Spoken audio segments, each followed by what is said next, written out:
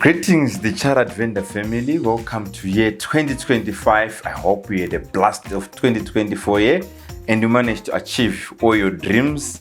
You achieved your targets, that car which you wanted to buy, that house which you wanted to buy, that product which you wanted to launch. I hope you managed to launch it. So I'm happy that in 2024 we managed to have over 100 seminars across the country, and I think this year we're going to be going out of Zim, trying to do Zambia, Malawi, and some of the countries, South Africa. We're going to be moving with the gospel of sales.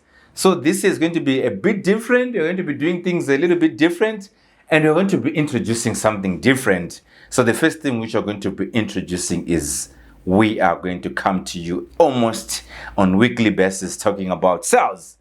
And why sales? Because this is the lifeblood of the organization.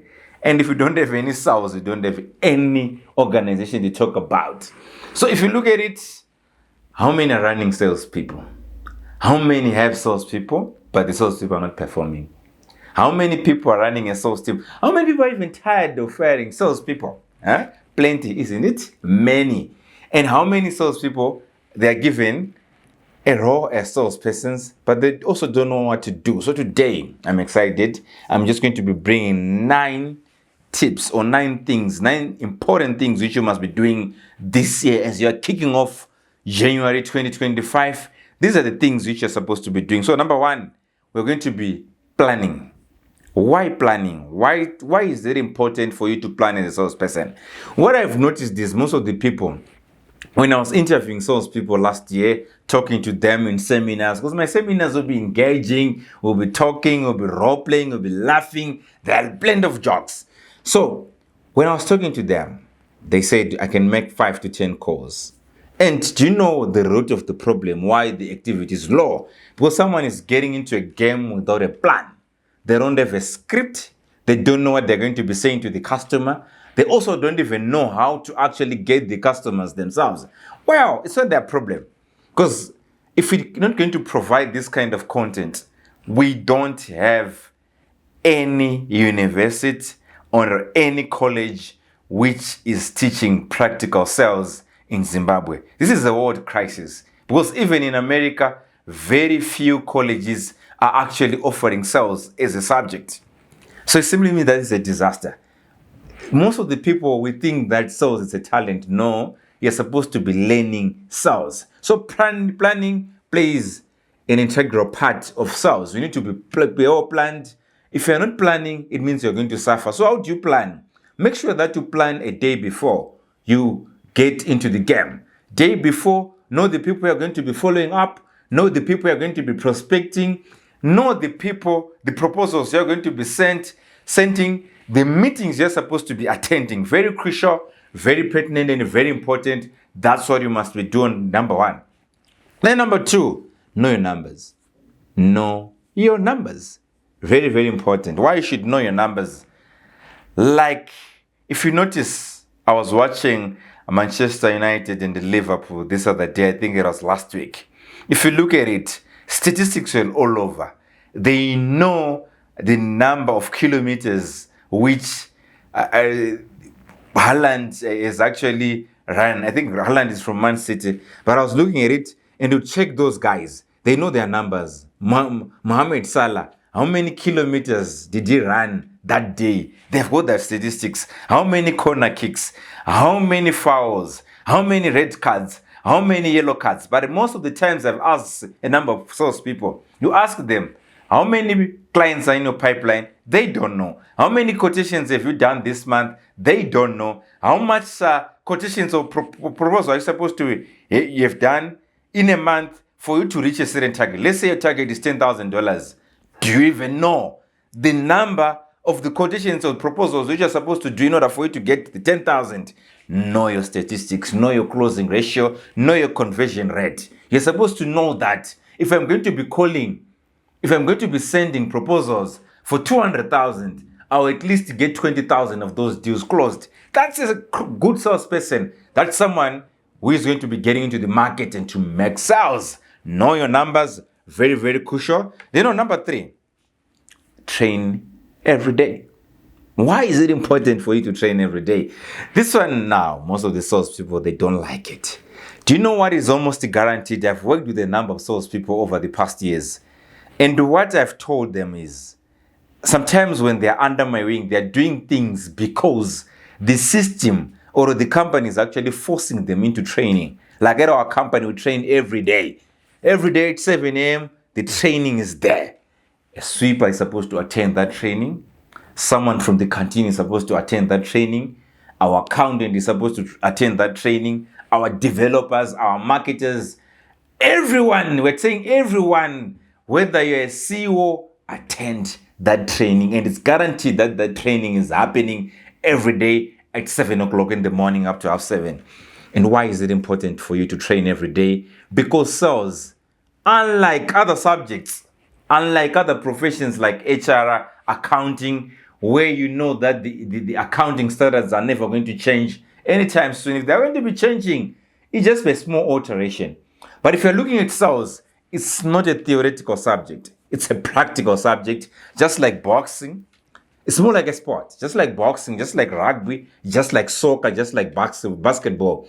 If a good basketball player, if you look at LeBron James, if he's not going to train it to affect his performance, if you're going to look at soccer players, if Haaland is not going to train, definitely he will suffer. Even if he knows how to play soccer, the training will affect his results. So hence in sales, trainings are very crucial. I'm not talking about external trainings where Jerry is going to come in and train your people. No, I'm also saying even amongst themselves, they can also have a framework which they can use to train product knowledge, train skills, train the stamina. How do you answer objections? Very, very important. It's crucial. It's important.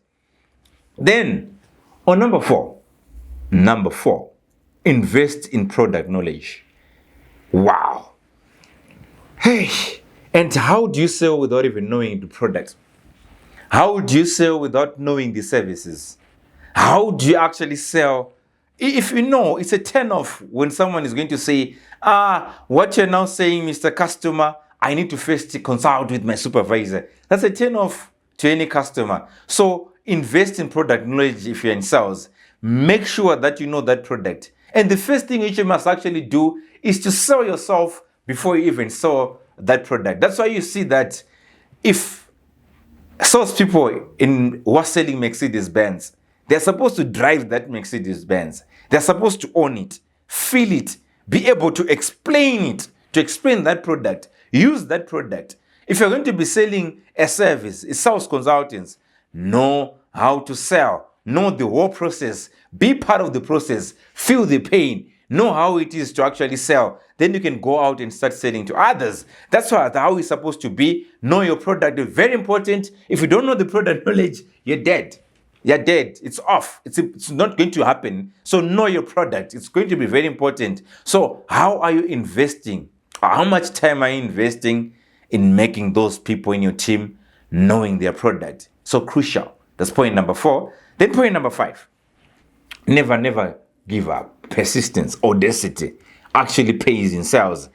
Sales is a game of rejection. So what you need to be actually counting is to say, how many no's am I going to get today? Before I get a yes. You must actually know that if I'm going to get 10 no's, definitely after 10 no's, I'm supposed to get 1 yes. It's important, crucial to be persistent. Never give up. In sales, if you give up, you're never going to close deals. It's because sales, it's a game which is very, very difficult. And why most of the people don't even want to get into sales, I guarantee you, they hate rejection. They don't like rejection. Before you call someone, you're saying, what is he going to say? What about if he's going to hang up the call? What about if he's going to insult me? Let me tell you, don't be scared of rejection. Always hunt for that rejection. Every day, personally, I don't have a lot of work. So in the morning, I'll be like, where am I going to be getting the next customer? How am I going to be hunting that next person to call? How am I going to get my next dollar? You can only do that if you're not scared of rejection. So it's important for you never give up. I still remember when that was year 2022, one of my salespersons, we're still with her. Shout out to Makanaka. And I think she called the customer 57 times. 57 times until she actually has to close that deal. So imagine 57 times calling, having meetings. That's what we are saying. Never give up. Go out and make the activity. Let me tell you guys, if you're in sales, don't concentrate much on the numbers of the sales which you're going to close. First, concentrate on the activity which you're going to be making. Are we getting it? So it's very important. Never give up. That's on point number 5. Then, point number 6, know your sales process. Know your sales process. Many times I've noticed that people, they don't even understand their sales process. They don't know where they're supposed to be starting and where they're supposed to be ending. In many circumstances, I've noticed that salespeople, they're actually told by a customer that send me a proposal, send me a quotation. What you're saying, I like it, but send me a quotation. Wow, no. You're supposed to own your process. Know that every day I'm supposed to be printing a proposal. Know that every day I'm supposed to be going out and present a demonstration. Know your processes. When are you supposed to be closing? When are you supposed to be speaking to the customer? How do you, after the phone call, after booking for a meeting, how do you actually attend that meeting? And what is the objective of that meeting and the agenda? Am I going to go there to scope, get more information about the customer, present a proposal, close a deal? Know your process. Know where you're starting and where you're ending. Very crucial. In my book, I've got 2 books here. Selling Like a Vendor. I've written the ideal sales process, where I'm starting with the attitude, then you go to greetings, then you actually go to prospecting, fact-finding, presentation, closing and negotiation, then the last part, follow up. So I'm even saying, after closing that deal, remember to always get in touch with your customer. It's no longer the duty of the operations or of the delivery guys. Call them, ask, okay, did you like the product? Are you enjoying using that product? Are you enjoying using that service? How can I actually assist you? That's how you get your second sales. That's how you get referrals. So boom, yeah, that's what you're supposed to be doing. So the next point, I'm actually saying on number 7, always ask for referrals. This is the most violated part of sales. I've noticed that most of the people were actually hunting for new customers. We're looking for new markets. We're getting into on Facebook. We're getting on LinkedIn. We're looking for softwares like ZoomInfo. Wow, I like ZoomInfo. Do you know what ZoomInfo does? You know that internet is not safe. Whatever information which you're putting on your email, information which you're putting on Google, do you know that you're not even safe? Because that information is collected by softwares. And we've got a company called ZoomInfo. They know everyone's number. They know everyone's email. They can actually give you that information. So yes, it's good to go on ZoomInfo and start prospecting from scratch. But are you asking for referrals? I want you to start asking for referrals. And don't ask only those deals which have closed. Start asking for deals which haven't been closed and see what is going to happen. It's going to work. You're going to believe that these are going to be miracles, but this is sales training which you're giving you for free. Okay. Then, what are you supposed to be doing every day? Prospect every day. Wow. What is prospecting? Prospecting is hunting for those leads. Remember, the last point I said you must ask for referrals. That's part of prospecting. And do cold calls. When you go out for a networking event, don't just wait there to eat rice. You're not there to eat rice, man. You're there to actually call. You're calling customers. You're supposed to meet customers, get their contacts, get their business card. Start calling them. That's prospecting for you. You need to be doing that. It's painful, but remember, I say it's so simple, but it's difficult. It's not easy. I've got enough respect for salespeople. And even in my team, I don't want to see my salespeople suffering. Because I know that is difficult. They need to eat healthy. They need breakfast. They need lunch. So companies out there, if you've got a sales team, please feed them. Give them lunch. Give them breakfast. They need to eat. Because calling people is not easy. Talking to human beings is not easy, man. From 9 a.m. to 17 hours, they're speaking to people. So they need to eat. Okay, Kate, you need to be prospecting. That's the integral part of sales. Because every process is going to start after you have prospected. There's no way you're going to present a proposal without a prospect. There's no way you're going to close a deal without a prospect. There's no way you're going to follow up without a prospect. So you need to master the art of prospecting. And last but not least, have you ever noticed? Look at those, think of that interesting movie. Think of that interesting drama. Think of that interesting film which you like. Yeah, I've heard from someone when he said, when you see when you see a movie like you're seeing your Hollywood, Nollywood, then the Nigerian one is called what? Nollywood. Is it Nollywood? Huh? Yeah, I think that. Yeah. Then we've got what about the one in India? What is it called? India, what's it called? The Bollywood, yes. So you're looking at when you are in those kind of movies, when you see people. When you're watching a movie and you see as if when you put it in your mind that these guys are acting, it means those guys are awful. They don't know how to act. Real actors, you think that is real life. You feel sorry for someone. You think that this is real blood.